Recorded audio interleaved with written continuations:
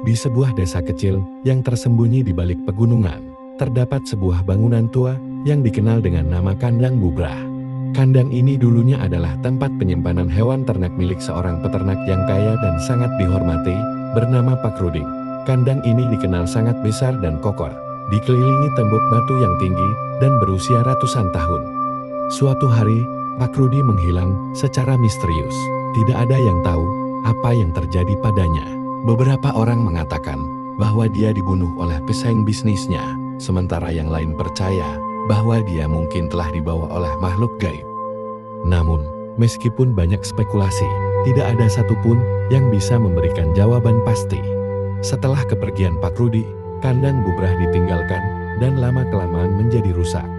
Banyak yang menganggap tempat itu terkutuk.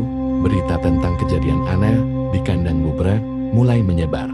Orang-orang mulai melaporkan bahwa mereka sering mendengar suara-suara aneh dari dalam kandang, seperti teriakan atau jeritan hewan.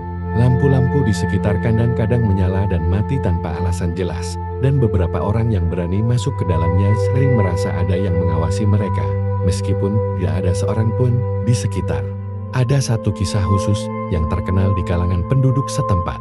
Konon, ada sekelompok remaja yang penasaran dengan cerita-cerita horor tentang Kandang Bubrah.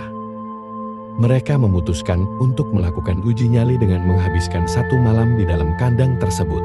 Malam itu, mereka membawa kamera dan peralatan rekaman untuk mencoba menangkap keanehan yang terjadi. Saat malam tiba, suasana di sekitar Kandang Bubrah semakin mencekam. Hujan deras mengguyur desa, menambah kesan menakutkan dari tempat tersebut. Ketika kelompok remaja itu mulai memasuki kandang, mereka merasa suhu di dalamnya menjadi sangat dingin. Mereka mulai mendengar suara gemeretak yang aneh, seolah-olah ada sesuatu yang bergerak di sekitar mereka. Tiba-tiba, salah satu dari mereka merasa seolah-olah ada tangan dingin yang menyentuh bahunya. Ketika dia berbalik, tidak ada siapa-siapa di sana, hanya kegelapan yang pekat. Kejadian ini membuat mereka panik dan segera memutuskan untuk keluar dari kandang. Namun, saat mereka mencoba membuka pintu, mereka menyadari bahwa pintu itu terkunci dari luar. Mereka terjebak di dalam. Dalam keadaan panik, mereka mulai memukul-mukul pintu dan meneriaki nama mereka. Tiba-tiba, suara aneh mulai mengisi udara, seperti suara geraman dan teriakan yang membuat jantung mereka berdebar kencang. Mereka merasakan getaran aneh di lantai dan dinding kandang. Salah seorang dari mereka, yang paling berani, mengambil risiko dengan mencoba menjebol pintu menggunakan palu yang mereka bawa. Akhirnya, setelah beberapa saat yang terasa seperti berjam-jam, pintu tersebut terbuka dan mereka berhasil melarikan diri dari Kandang Bubrah.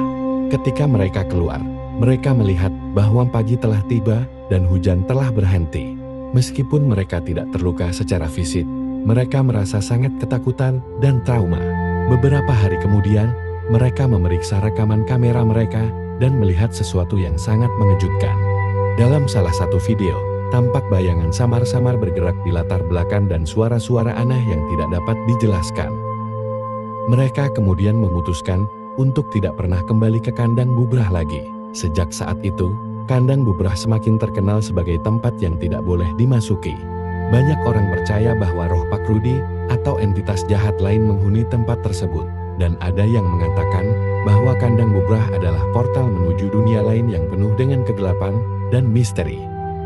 Konon, jika kamu berani mengunjungi Kandang Bubrah di tengah malam, kamu mungkin akan mendengar suara-suara yang tak bisa dijelaskan atau bahkan mengalami kejadian yang tidak menyenangkan. Kandang Bubrah tetap menjadi salah satu tempat yang paling menakutkan di desa tersebut, dan cerita tentangnya terus menyebar dari generasi ke generasi, menambah aura mistis di sekelilingnya.